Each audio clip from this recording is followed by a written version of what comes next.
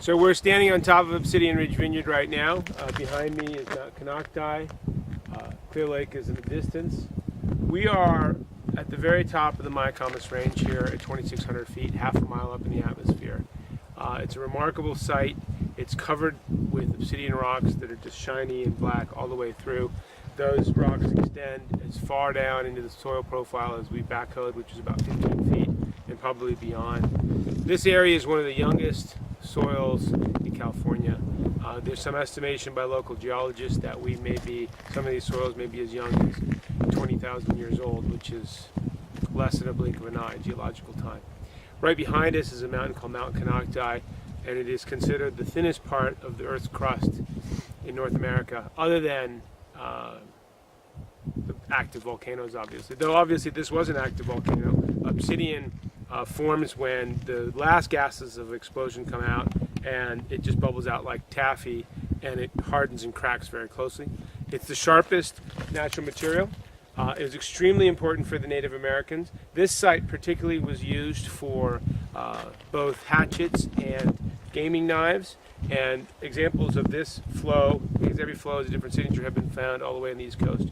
Other parts of Lake County across the way, in High Valley area, for example, there were a lot of sites for arrowheads.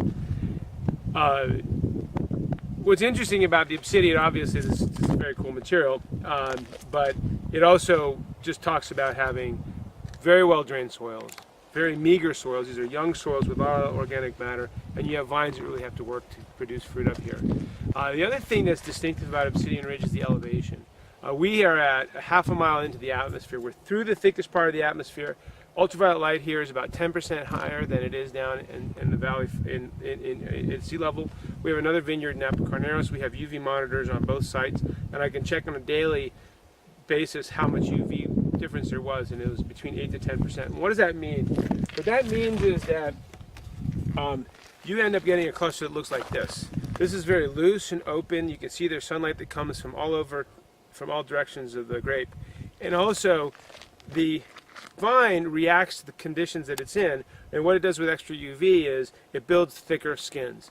Skins are the sunscreen. Like any biological process, it tries to produce again and have offspring or progeny, and so it protects the seeds by building a thicker sunscreen, a thicker skin around the grape, and what you end up having is a much thicker grape than typical.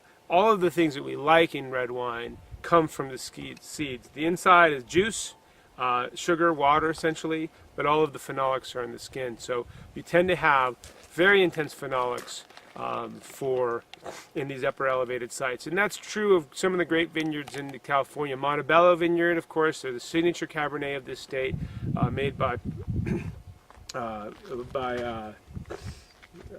Ridge Winery. That's all at 2,600 feet, very similar to this. I think they're like 50 feet difference than we are, but all up and down the Mayacamas, Mount Veeder, Spring Mountain, Diamond Mountain, Howell Mountain, which is part of the Vaca Range technically, but all produce grapes that look like this. And it's really a question of climate and soil. So what we have here is 105 acres of vines. 86 of those are planted Cabernet Sauvignon. We have 5 different clones of Cabernet Sauvignon. 337, 15, and 4 are predominant ones, and we have actually 6. We have 3 smaller selections of clones from France. We also have 5 clones of Syrah. We have Petit Verdot, Cabernet Franc, Petit Syrah, and now we have buttered over some Malbec, all red varieties. And you know, when we saw this vineyard for the first time, it was a cold February evening in 1998. And I came up here, and we've been looking at vineyards all throughout the Mayacamas. I just couldn't believe this was available. It was 105 acres with an abandoned walnut orchard, these little bonsai dry farm walnut trees that had been farmed for 40 years. And it was basically a 30-second buying decision. You know, of course, we did all the soil analysis afterwards. We did a well to make sure we had water. But, you know, you get a couple shots in your career when you, as a vineyard person, to find a site like this. When we found this site, we jumped on it, and then everything we've done since then, whether it's clonal selection or whether it's vine orientation or whether it's farming practices, we really wanted to produce an amazing vineyard, and I hope that that's coming to bear. Thank you, Peter.